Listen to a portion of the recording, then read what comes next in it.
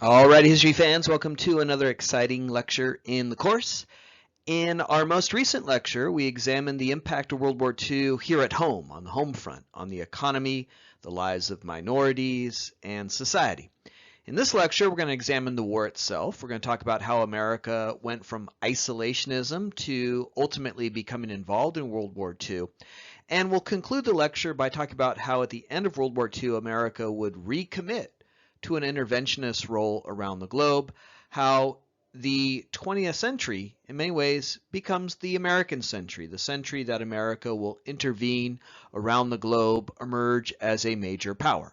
So this lecture examines World War II itself, the conflict itself, how America becomes involved in the war, the course of the war, and how at the end of the war, America once again was committed to being a great global power in the 20th century. In the 1930s, Japan, still determined to be a major global power, was continuing in those efforts, building up a large military, continuing in its economic transition towards industrialization. As we talked about in our lecture on World War I, Japan was this rising power that had rapidly industrialized, it had militarized, and it was determined to be a great hegemon now in Asia, to eclipse its old rival, China.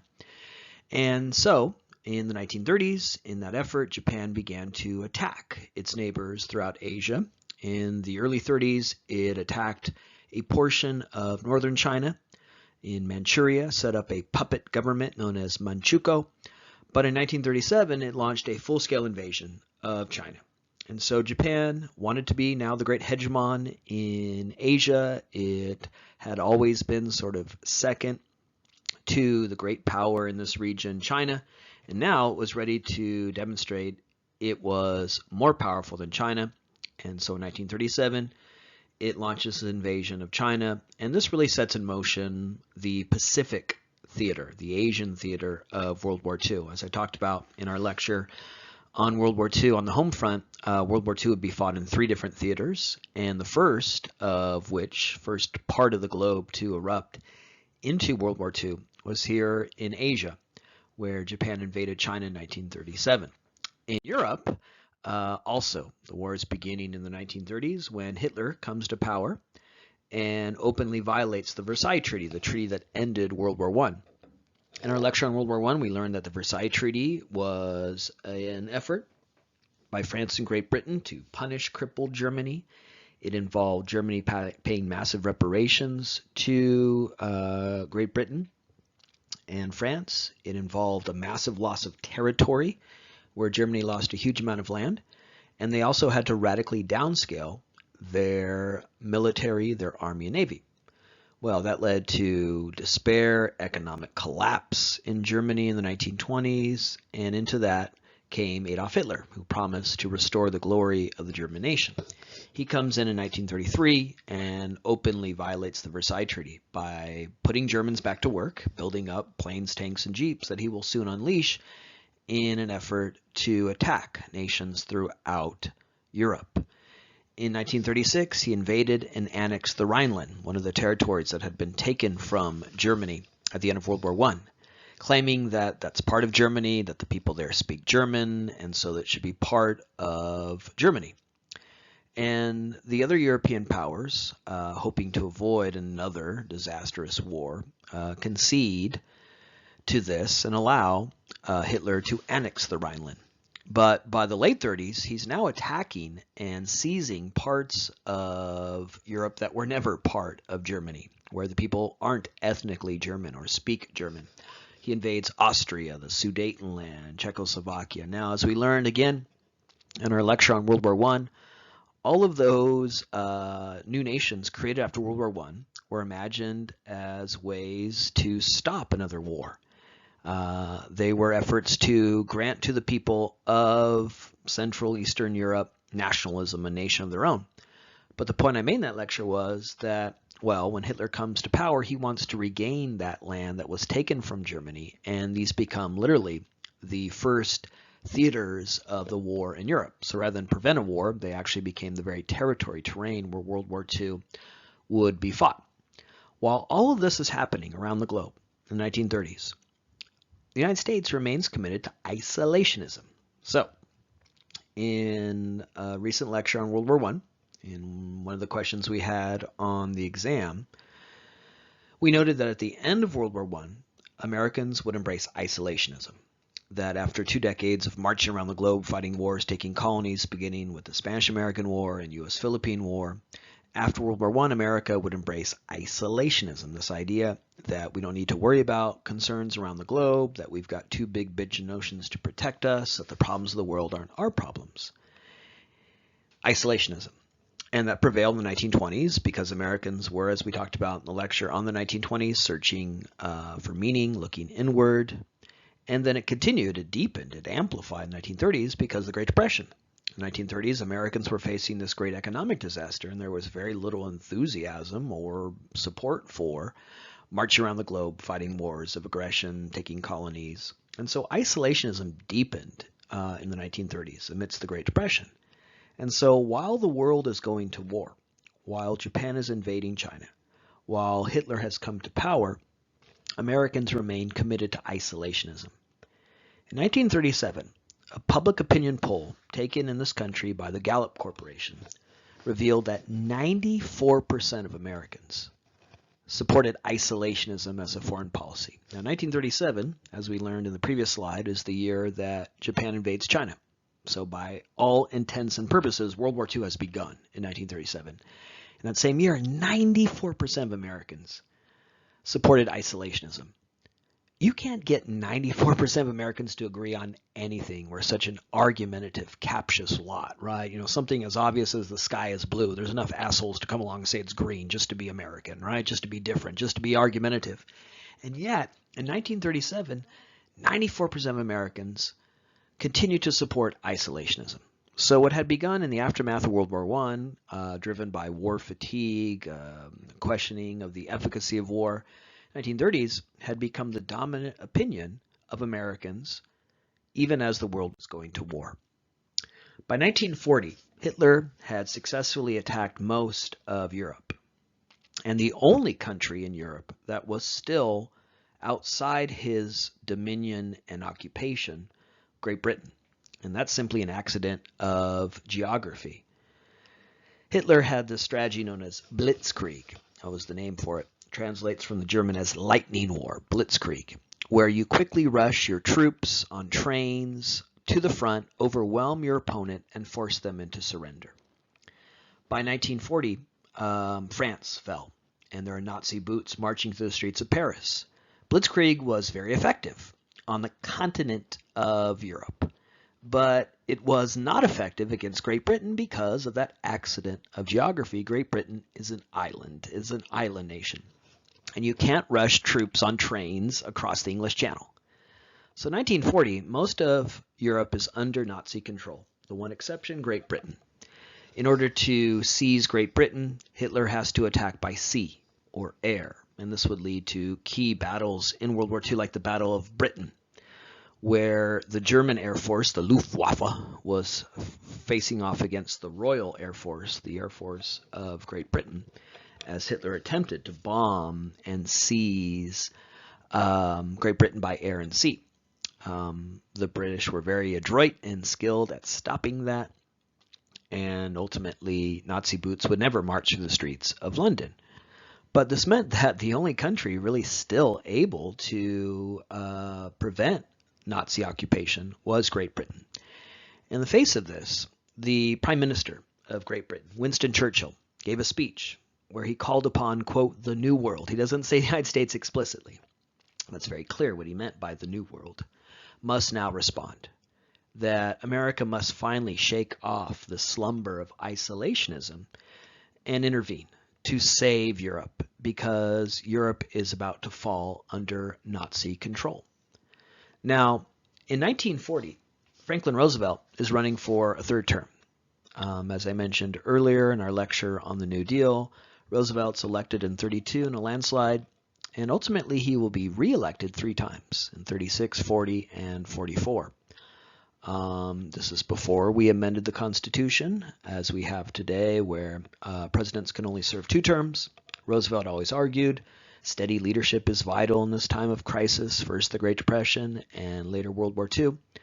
So in 1940, he was attempting to do something that no American president had ever attempted to prior, run for a third term. And so 1940 had an election year, and Roosevelt is running for re-election. And 94% of Americans want to stay out of the war. So he had a very difficult moment here to parse, a very difficult moment to deal with, where he realized that if elected to a third term, his third term will be dedicated to confronting Germany and Japan. It won't be dedicated to the New Deal, that this was a crisis that America must eventually respond to. But he can't be explicit about that, because if he ran in 1940 saying, elect me or re-elect me, and I'll bring us into World War II, the American people would have rejected that because isolationism remains so strong. In 1940, there was a group headed by Charles Lindbergh, the famed American aviator, called America First. Where have we heard that more recently? Which was the leading isolationist advocacy group in America. Lindbergh was very fond of Adolf Hitler. He said many praising, fulsome things about Hitler, as they both shared a rabid anti-Semitism. Charles Lindbergh was one of the greatest anti-Semites we've ever had in this country. He's best known as an aviator, but in the 30s he entered politics, and he formed this group, America First. So here's Charles Lindbergh going around the country telling Americans, don't worry about Hitler, he's no threat to us, America First. If you're watching the show on HBO called The Plot Against America, or if you're familiar with the book, that novel, Philip Roth's novel, Plot Against America, now turned into an HBO series, is about what if historical counterfactual, what if Charles Lindbergh ran for president in 1940 and defeated Roosevelt? How would all of human history look very different? In 1940, Lindbergh was in public challenging Roosevelt, flirting with the idea of running for president with this idea of isolationism, America First. So Roosevelt has to walk this tightrope. He has to realize that if elected to a third term, it's going to be dedicated to World War II, not the New Deal, not the Great Depression. But he can never acknowledge that in public because the American people don't want to be involved in World War II, even in 1940, when it's very clear that Hitler is a threat. And so Roosevelt is in this very difficult position in 1940.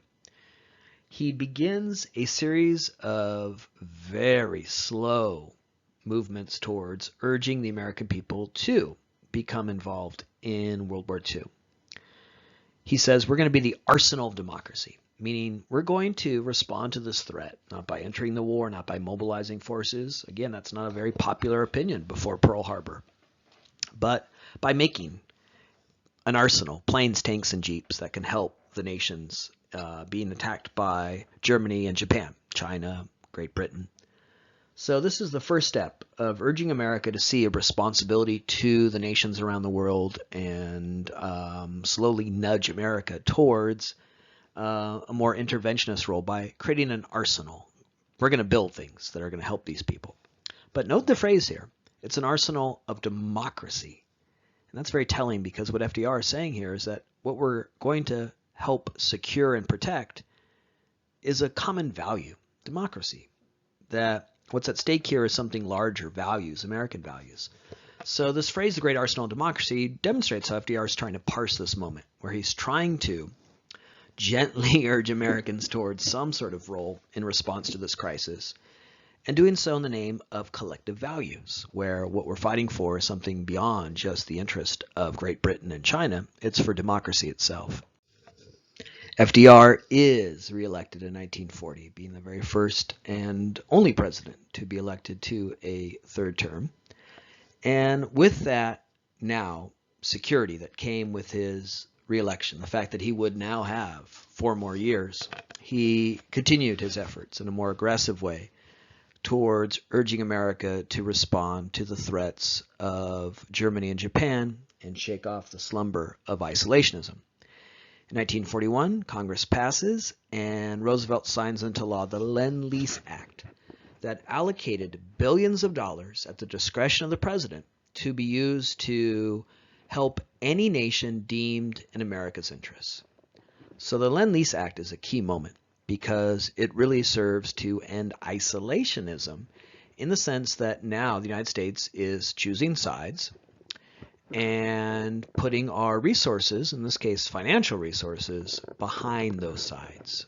We would spend billions of dollars to help the nations that were being attacked by Germany and Japan. The bulk of the Lend-Lease aid went to Great Britain, again the only nation in Europe that wasn't under fascist control. And there was a sense of kinship, connection with Great Britain, even though they had been our rivals and enemies for most of American history. A common language, a common political tradition, ethnic ties urge us to side with Great Britain. Lend-Lease aid also went to China in their effort to roll back the invasion that began in 1937 of Japan. And, interestingly, a great deal of Lend-Lease aid also went to the Soviet Union. Now, in World War I, a revolution takes place in Russia that leads to the formation of the very first communist government in human history, the Soviet Union. It's the Russian Revolution, the Tsar is killed, Lenin and the Bolsheviks take control and create the Soviet Union out of Russia. They create this brand new government in Russia with a communist government. And ever since then, the United States had come to rival the Soviet Union, seeing communism as a threat to capitalism, the American economic system. But in World War II, we sided with the Soviet Union. We sided with the communists because they too had been invaded by Germany. Hitler invades the Soviet Union, imagining that he could launch his blitzkrieg effort and successfully control the Soviet Union. Many have tried to invade Russia throughout history, Genghis Khan, Napoleon, and Adolf Hitler. And they all have failed because Adolf Hitler would not be successful in invading and occupying Russia. Eventually the Russians absorbed that attack, push the Germans into retreat. But he was ambitious, like those other fools earlier, Napoleon and Genghis Khan, and attempted to invade the Soviet Union. And because of that, we would help them as well. We would even help the communist government of the Soviet Union, our avowed enemy, because they too had been attacked by Germany. So this was now the government of the United States spending billions of dollars to help Japan, help China after being invaded by Japan, Great Britain, even the Soviet Union. And therefore, America was no longer isolated. We were spending billions of dollars to aid nations that we deemed in America's interests. But as landmark and consequential as the Lend-Lease Act is, as it can be seen as really the end of isolationism, it doesn't mean we're going to be involved in the conflict militarily. Not one American troop is mobilized. There isn't mass conscription or volunteering among the American population. This is an economic effort, a diplomatic effort. This is not in any way a military response. At this point, America is only involved financially and diplomatically, but it does mark the end of isolationism. Also, in 1941, FDR would attempt to take action against Japan in its efforts to control Asia by cutting off oil sales to Japan. Now, Japan has many, many natural resources, chief among them its population, which is highly educated and has played a key role in Japan's prominence over the last 200 years. But there's one natural resource that Japan has none of: oil. Japan imports 100% of its oil. There is no oil to be found on any of those islands that make up the nation of Japan. As a result, Japan is very dependent on foreign oil. It needs oil in World War II to fuel its planes and tanks. And most of the oil that Japan used came from the United States because in the 1940s, the United States was the largest exporter of oil. We were pumping oil out of Long Beach and sending it to Japan. So FDR takes action to cripple the Japanese war machine by depriving it of this very vital, necessary source of oil. And so we have this action too in 1941. That again isn't military action, it isn't mobilization, but it's a confrontational effort, in this case, to stop Japan's efforts in Asia. But the event that brings America fully into the war, beyond just the Lend-Lease aid, of course, is an attack on American soil at Pearl Harbor in Hawaii, in Honolulu, where the American Pacific Fleet was located. On December 7th, 1941, Japan attacks that Pacific Fleet in Hawaii.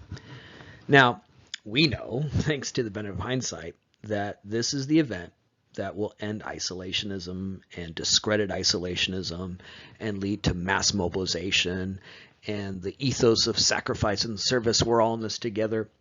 We know that the net result of Pearl Harbor is to rally the American people in an effort now against Japan. We were attacked. Thousands of Americans were killed. This is an attack on American soil, the first attack since the War of 1812, when the British invaded the United States and burned down the White House.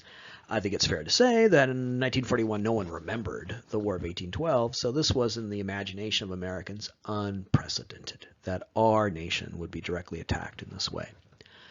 So it rallies the American people. But at the time, Japan hoped that if it attacked America, took out our Pacific Fleet, it would instead urge Americans back into isolationism. Japan was making a gamble here. They were saying, if we hit America hard, punch them in the nose, show them what war is like, they'll back down. Now, we know that's not what happens. It's the opposite, that when we're attacked, it rallies the American people. But at the time, Japan thought this was a worthy gamble because America had embraced isolationism for decades. America had said, we don't want any confrontations. We don't want war. And so the idea of hitting them hard, showing them what war meant, destroying a huge amount of our Navy, at the time seemed like a smart move. But of course, it has the opposite effect. It rallies Americans. December 8th, people are at the recruiting depot ready to volunteer to serve in the war. It ends isolationism, and it also discredits isolationist ways of thinking. Now this idea that we have two big bitchin' oceans to protect us seems foolhardy. Now it seems like we were sleeping while the world was going to war. Now American blood had been shed. Americans were killed. We were vulnerable. The homeland had been pierced. So this whole idea of isolationism, the America First arguments of Charles Lindbergh, were thoroughly discredited. And we'll talk in lectures later about how after World War II, Republican Party, the party of isolationism, FDR is a Democrat. He's the president who, as we've talked in this lecture, is trying to urge Americans towards becoming involved. It's his opposition party, the Republican Party, that was the party of isolationism, and we'll see how after World War II, the Republican Party will try to distance itself from that past and recalibrate and recraft its party as a more interventionist power. So Pearl Harbor really demonstrated the folly of isolationism, how you couldn't just wish the problems of the world away, that even if you had a big ocean to protect you, you're still vulnerable in this way. 2,000 Americans were killed in a matter of hours. So though Pearl Harbor seemed like a calculated gamble by Japan that might convince America to back off, reopen oil sales, and allow Japan to continue its efforts in Asia, it had the opposite effect. After the attack, FDR went on the radio to give an address. Now, we talked earlier about his fireside chats, how he was very skilled at using the radio as a way to communicate directly to the American people. It's 1941. There's no television, certainly no internet. Radio was the way of reaching Americans. And he was about to go on the air with a speech that he had written. And just before he went on the air, he changed the speech, but did so in a profound way. The line that he was going to give was that this is a day that will live in history. Well, that's pretty obvious. That's pretty banal. That's a rather clear observation. But just before he was about to go on the air with that statement, he pulled out a pencil, crossed off in history, and wrote instead in infamy. You could see this. It's in the National Archives, the copy of Roosevelt's speech where he makes this ad lib, this change. And in doing so, he was elevating this to a war against evil. A day that will live in history, again, is pretty banal and obvious. A day that will live in infamy was a way of saying what Japan did was evil, and that was part of elevating this to a crusade. Soon after, Congress declares war on Japan, the next day after Pearl Harbor. And it's important to note that on December 8th, 1941, Congress declares war on Japan and Japan only, because Japan was the nation that attacked us. However, Germany had a secret treaty with Japan, which said that if the United States declares war on you, Japan, we, Germany, will come to your aid.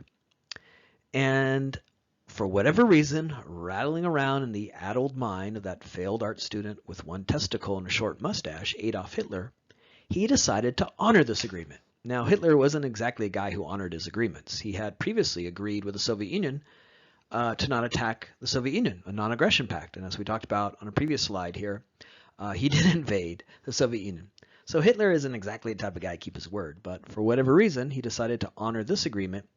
And Germany, on December 11th, declared war on the United States. Now, soon after, we go, oh yeah, well, we declare war against you too. On December 12th, Congress authorized war against Germany. So we went neener, oh, well, we declare war on you too. But the whole reason we did that was because a day prior, Germany had declared war on us. Now, if Germany doesn't do that, if Germany doesn't honor its agreement with Japan, maybe we never enter World War II in Europe. Maybe we don't land troops on Normandy Beach on D-Day, June 6, 1944. Maybe we would only be at war with Japan. So here's a good example of how in history sometimes contingency, random events, have such consequence. If it wasn't for Germany declaring war on the United States, maybe we never declared war on Germany. And maybe we would have never been involved in the European side of the war, which will have such key consequences, as we'll talk about in lectures soon regarding the post-World War II period. So Germany declares war on us. We turn around and declare war on Germany, which, by the way, the declaration of war on December 12th, 1941 against Germany is the last time in American history that Congress has declared war. And because of that, we haven't had any more wars in American history since World War II. Well, of course we had the Korean War, the Vietnam War. Right now, as we speak, we have these interminable wars in Iraq and Afghanistan you're living through, the longest war in American history, as the war in Afghanistan has long eclipsed the war in Vietnam as the longest war in our history. And so we know, of course, there have been many wars since World War II, but all of them have been undeclared wars. And that speaks to a key fact of post-World War II American history, how after World War II, the president has greater power to send in the troops and start war without Congress. Congress has not declared war since World War II, and yet we've had the Korean War, the American War in Vietnam, many, many wars. And that speaks to what many describe as the imperial presidency, how the president has become much stronger and more powerful since World War II and can start wars on his own without Congress. I mentioned this in our lecture on World War II on the home front, in the way in which it's causal, important in the story of civil rights. But here I want to engage with it directly because it's such a key part of not just the history of World War II, but the history of the United States in the 20th century. In January of 1941, after winning re-election in November of 1940, FDR gave a State of the Union address, looking forward to 4 more years that he realized would be mostly dedicated to World War II. And note the date, it's January 1941. We are almost a complete year, 11 months before Pearl Harbor. In January of 1941, most Americans still supported isolationism. But FDR, with now a third term, realized that he had to rally the American people towards supporting what will later be efforts like the Len Lease Act. And to that end, to that goal of trying to urge Americans to finally shed isolationism and embrace a more interventionist role, he gave his 4 Freedoms speech. Now, this becomes a huge, important part of American history, and as we said already, inspiring civil rights. There's a park and monument to the 4 Freedoms speech and the 4 Freedoms concept, both in Washington, D.C. and New York City. It's today still celebrated, this idea of 4 Freedoms and the 4 Freedoms speech as a key part of American history. In the speech, FDR argues we have a chance right now, in January of 1941, well before Pearl Harbor, to again shed isolationism, embrace a more interventionist role, and fight for 4 freedoms that he argued that all human beings should be guaranteed. So this was a very transcendent, Lockean notion of the human condition. All human beings should be guaranteed freedom of worship, freedom of speech, freedom from want, and freedom from fear. Those are the 4 freedoms. And the idea here is that all human beings should be guaranteed these. Well, of course, for millions of people around the globe in January 1941, they were denied these because their nations had been attacked by Germany and Japan. And so FDR said, we got to fight so that these values should prevail. Now notice the first two, freedom of speech and freedom of worship, come right out of the First Amendment. They come right out of the Bill of Rights, and the very first of the 10 amendments, known as the Bill of Rights, with freedom of speech, freedom of religion. And that's key too, because as we'll talk about in lectures to come, after World War II, America in the Cold War and through today in the 21st century is very much dedicated to this idea that our way is a global way, that our notion of freedom is a global notion of freedom. We've stressed in this class that American history is an argument without end, that the common denominator, the common element of American history is debate. And one of the key sources of debate, one of the key arguments in the argument without end is this question of what is freedom. Well, in the post-World War II period that we're about to examine through today, the United States has this idea that our notion of freedom, established in the Bill of Rights, in the Constitution, is a global notion of freedom. Everyone should have freedom of speech. Everyone should have freedom of worship. So the first two of the four freedoms come right out of the First Amendment. Now, 1941 happened to be the 150th anniversary of the ratification of the Bill of Rights. So there's a lot of celebration, acknowledgement of the Bill of Rights in 1941 because it was the 150th anniversary. And we Americans only pay attention to history, only pay attention to anniversaries that end in a zero. If it's the 149th anniversary, no one gives a shit. But if it's the 150th, everyone pays attention. So it happened to be in 1941, a moment when Americans were thinking about things like the First Amendment. And the first of the two four freedoms come right out of the First Amendment, freedom of speech, freedom of religion. And with it here, we were saying that those American notions of freedom are global notions of freedom. Then you have freedom from fear, the idea that no human being should fear for their lives. And this was very potent and powerful in 1941 because so much of the world had been attacked and invaded by Japan, Germany, and its allies. Then there's freedom from want. And as I said in the lecture on World War II on the home front, this doesn't mean want in the sense of wanting something, desiring something, ooh, the new iPhone. This means want in the sense of deprivation, going wanting. And what FDR was saying here is no human being should be deprived of basic needs. Now that fits with the FDR you've learned about in previous lectures of the New Deal, right? Who had this idea that freedom comes from economic security. He comes in, creates the WPA, the CCC, Social Security. This idea that no one should go without, a safety net of sorts. So that jives with what you've already learned about FDR. But here he was saying that that again is a freedom that all human beings should be guaranteed. Freedom from want. Now, couple of consequences here, one of which we've already addressed and we reiterate. This had huge meanings and implications within the United States for racial minorities who said, we don't have freedom of speech, we don't have freedom of worship, we don't have freedom from want, we don't have freedom from fear. I mean, this is a period, as we've learned about in previous lectures, where you have race riots, lynchings, discrimination, where African Americans are being denied many of the relief programs that are designed to provide a minimum economic security to human beings. So one consequence of the Four Freedom speech was how it really offered a good, potent argument to racial minorities in the cause of civil rights. But another key aspect of the Four Freedoms was a way of trying to, again, establish an interventionist role as one in the cause of American values. We're going to be an arsenal for democracy. We're going to fight for freedom. And that notion of freedom is one that is an American vision for the world, all human beings. The Four Freedoms were literally sold to the American people, not just sold in terms of rhetoric and argument.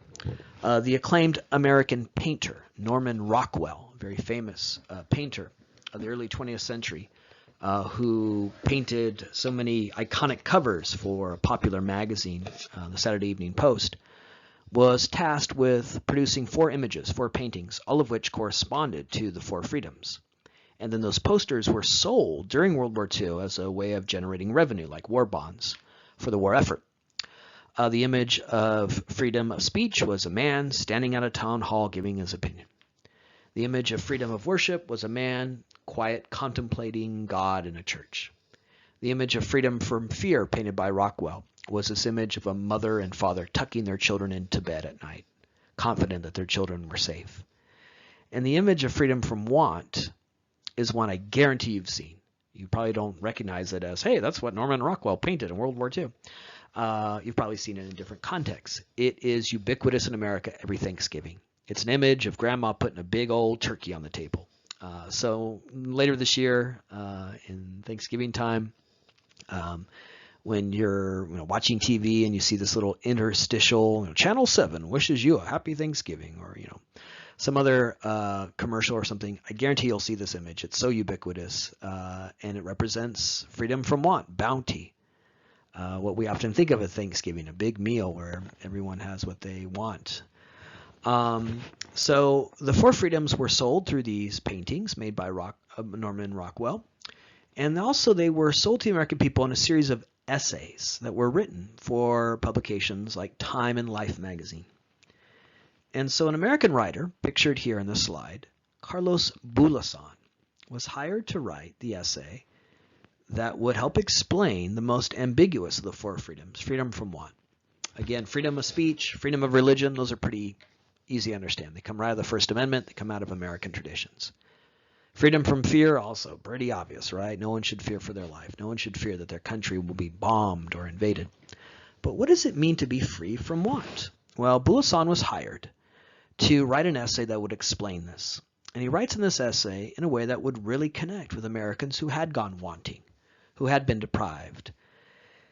In 1941, when the Four Freedoms idea circulated through America, Americans had just lived through the Great Depression. They had stood in bread lines. They had lived in Hoovervilles. Bulasan writes in this essay, published in Life magazine, that we will only become a nation free of want when all Americans have prosperity opportunity. When people like him, Carlos Bulasan was born in the Philippines, Filipino. He lived through the American invasion of the Philippines and the U.S.-Philippine War, which we talked about in a previous lecture, colonization. He was taught English by an American teacher who went to the Philippines as part of that notion of benevolent assimilation, that we're there to teach Filipinos English and how to be civilized. Then he came to the United States. In the 20s, he lived through race riots that took place here in California, like the Watsonville riots, which erupted in 1929 and lasted into early 1930, where Filipinos were beaten and attacked by white mobs here in California. He lived through the Great Depression and lived this very desperate existence, hand-to-mouth, starvation, that he documented later in a book called America's in the Heart, one of the great works of American literature, certainly a celebrated work of Asian American literature. If you ever take a class in Asian American studies, you'll likely read some or perhaps read the entire book, America's in the Heart. So Bulasan has this remarkable story. He was an immigrant. He was subject to racism and discrimination. And in this essay, Freedom from Want, he writes about people like him, immigrants, racial minorities, people who have long been on the margins, people who have long been excluded from prosperity and opportunity. And he says, America has a chance here to truly be free from want, to extend this virtue of freedom from want to all, and that will only be true once all Americans can enjoy the promise and fruits of the American dream. So Bulasan, a Filipino immigrant, is chosen to write this essay, Freedom from Want. And in doing so, he's challenging America to achieve something that we have not yet achieved. One of the key arguments, and the argument without end that constitutes American history, along with the question of what is freedom, is who are we as a nation? Think back to so many lectures we've had and how we've seen America at various times in its history in confrontation with itself. Who are we? Well, what Bulasan was doing in this essay was saying war can not only reveal who we are, but also who we may become. That if we truly embrace this idea of freedom from want, we can remake America into a place where all are free from want, where everyone, even racial minorities, religious minorities, women, immigrants, have a chance at the American dream. It's a very provocative and interesting argument that demonstrates how Americans were urged to imagine how World War II could not only reveal a certain American character, but be an opportunity to make an American dream possible for so many. So, with Pearl Harbor, America had entered World War II. In early 1945, the end of the war was rapidly approaching, and this was certainly true in Europe as I mentioned earlier, Soviet Union is invaded by Germany. Hitler violates that non-aggression pact, and that's why we sent so much aid to the Soviet Union. The Soviet army was able to absorb that attack and then push the German army into retreat. When American troops arrive on Normandy Beach in June of 1944, the D-Day invasion, so vividly detailed in the opening sequence of Saving Private Ryan, the movie, the war's already over, because the Soviet army has for some time been forcing the Germans into retreat. The Soviets will famously say, you guys got here at the last moment, try to take all the glory. Where the hell were you in 42, 43, 44, when we were the only land army fighting against the Germans? The Soviets were very good at absorbing that attack, pushing the Germans into retreat. We'll talk more about this in a lecture coming soon on the Cold War. And so when American troops arrive and establish a Western Front in 1944, Hitler's army is already into retreat. And the Allied forces of Great Britain, the United States, and the Soviet Union are collapsing on Berlin. Seeing the writing on the wall, Hitler would commit suicide to avoid being captured and prosecuted for his many crimes against humanity during World War II. To avoid capture, he committed suicide, realizing that his Third Reich, which he claimed would last 1,000 years, was about to collapse. So he goes into his bunker with his newlywed bride, Eva Braun, and his German Shepherd, and they commit suicide. Of course, the dog had to be forced to commit suicide. It wasn't his idea. Poor dog, right? Imagine you end up Hitler's dog. That's a bummer, right? You know, you're at the other dogs at the dog park, and hey, who's your owner? Well, I got Hitler, right? You know, poor dog. What do you have to do with the rise of Nazi Germany? But Hitler loved this dog, and he wasn't going to leave the world without him, so he put a cyanide tablet under the dog's tongue, and then soon after, he and his newlywed bride, Eva Braun, committed suicide. The government that inherits the government of Germany after Hitler's suicide would soon surrender, and you have VE Day, Victory in Europe Day, in May of 1945. With Germany now surrendering, the United States would turn its attention to the Pacific in an effort to force Japan into surrender.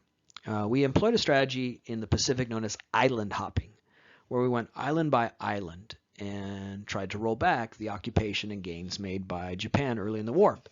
And this was a very, very, very brutal history of warfare. One of the best books about the war in the Pacific by John Dower is titled War Without Mercy. And it's always a good idea when you title a book to have your book title explain the whole idea of your book, War Without Mercy. And in this book, he explains how the war in the Pacific was one without mercy, brutal, violent. You'd have these long battles over one island, and tens of thousands of people would die. But America was successful in this effort, and we retook Guam, the Philippines, and the last islands that had to be attacked and liberated were the Japanese islands. And negotiations began between the United States and Japan. And in late 44, Japan too saw the writing on the wall that they were about to be defeated. One of the many myths that far too many Americans harbor regarding World War II is this idea that Japan refused to surrender. Japan wasn't going to surrender. They're going to fight to the bitter end. They're kamikaze types. It's nonsense. It's bullshit. Very easy to dispute. There are reams of telegrams going back and forth between Tokyo and Washington in this period, where Japan acknowledges we're going to lose. They're just arguing with the United States about how Japan should surrender. And the sticking point was unconditional surrender. The United States demanded unconditional surrender, meaning that Japan surrenders with no conditions. Japan was willing to surrender with just one condition: preserving the life of their emperor. In Japanese culture, the emperor is considered semi-divine, half god, the descendant of the gods that created those islands. Every nation has an origin myth, and there's this origin myth in Japan that the islands were created by these gods, and the emperor is sort of the living descendant of those gods. And that idea was revived in the nationalism of World War II. And so the Japanese feared that their people would be too traumatized if the emperor was executed for his own crimes and various malfeasance during the war. So the sticking point was one condition. Japan wanted to preserve the life of their emperor. The United States said, no, unconditional surrender. In 1945, FDR dies in office, and his vice president, Harry Truman, takes over. Now, Harry Truman, like so many of Roosevelt's vice presidents, was out of the loop. He didn't even know we were working on an atomic bomb. Because Roosevelt would ultimately run 4 times, he didn't want to have a vice president who was too ambitious. He didn't want to have a vice president who wanted to be president.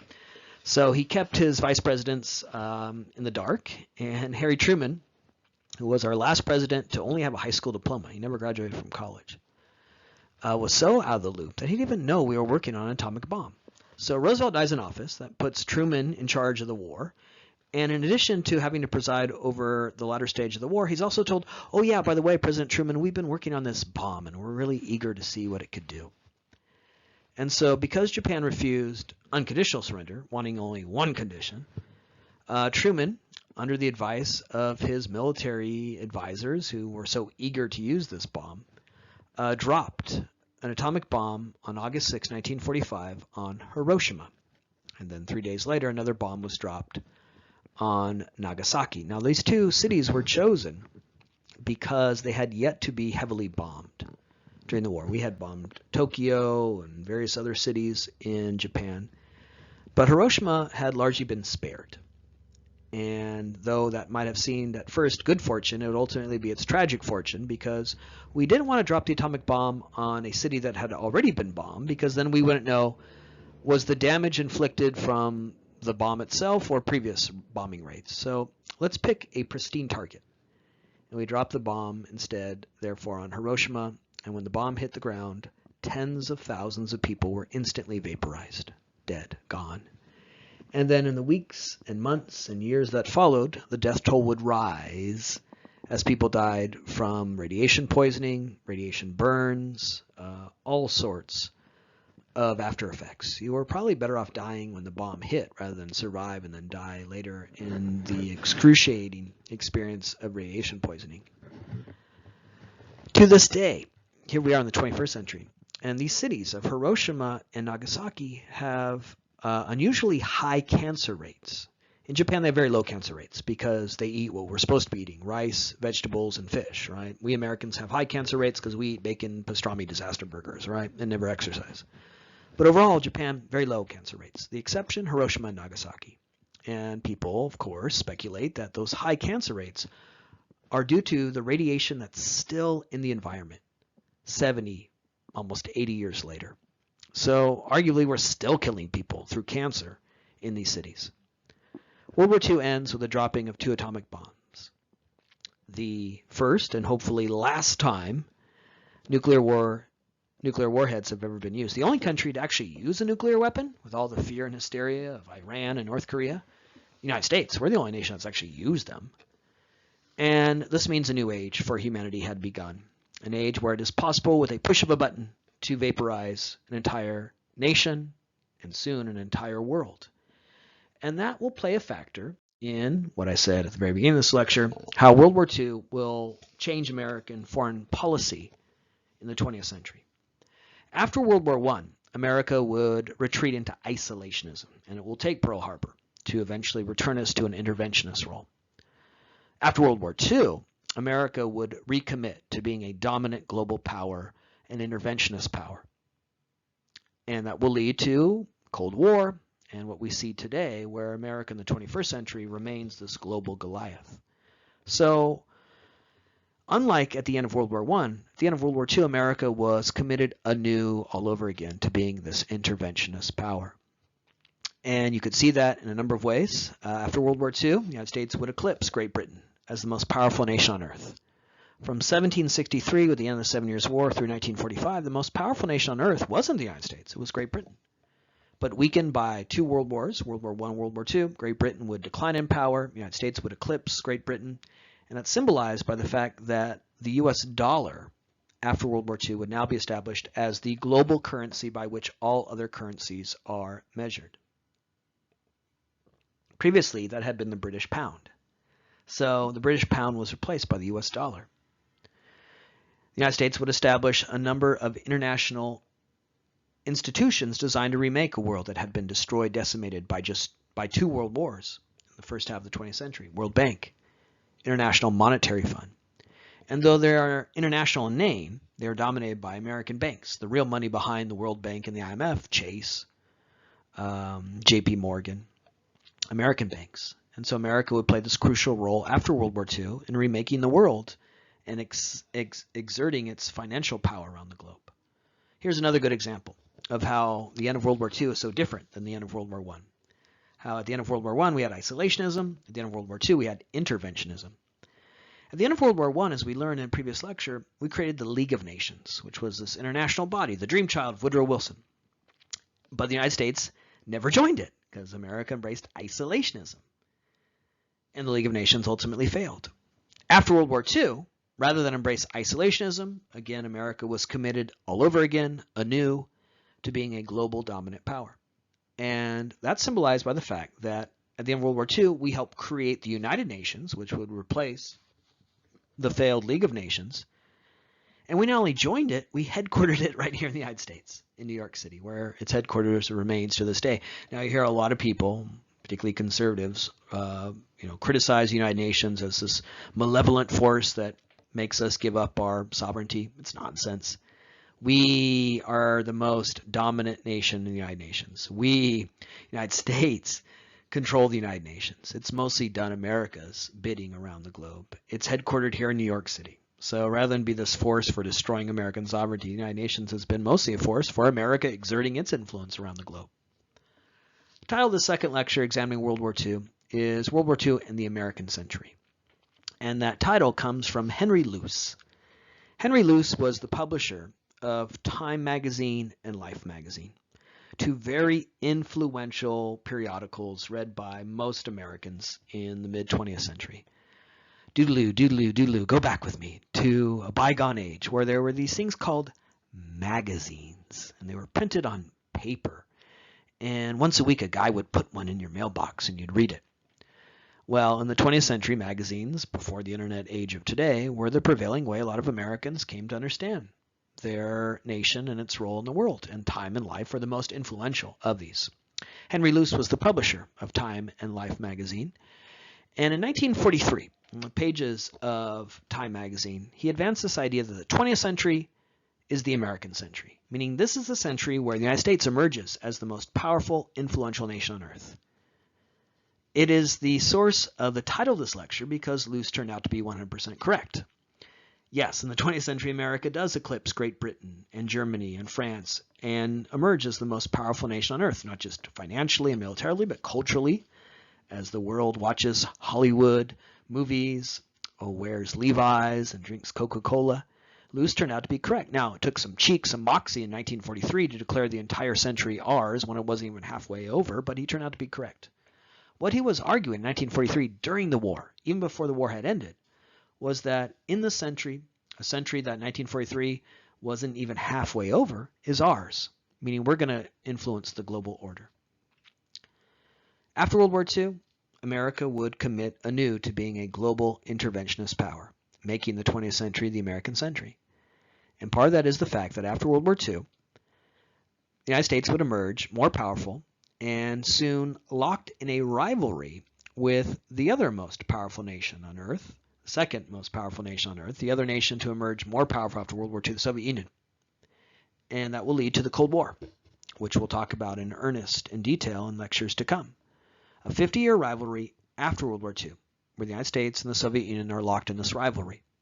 And the Cold War rivalry will play out in the shadow of the bomb, in the way in which World War II ended. Cold War was always a high-stakes rivalry because both nations, the United States and the Soviet Union, had the ability with the push of a button to destroy humanity. So much was at stake, the fate of humanity. And so, at the end of World War II, rather than retreat into isolationism, Americans would embrace interventionism.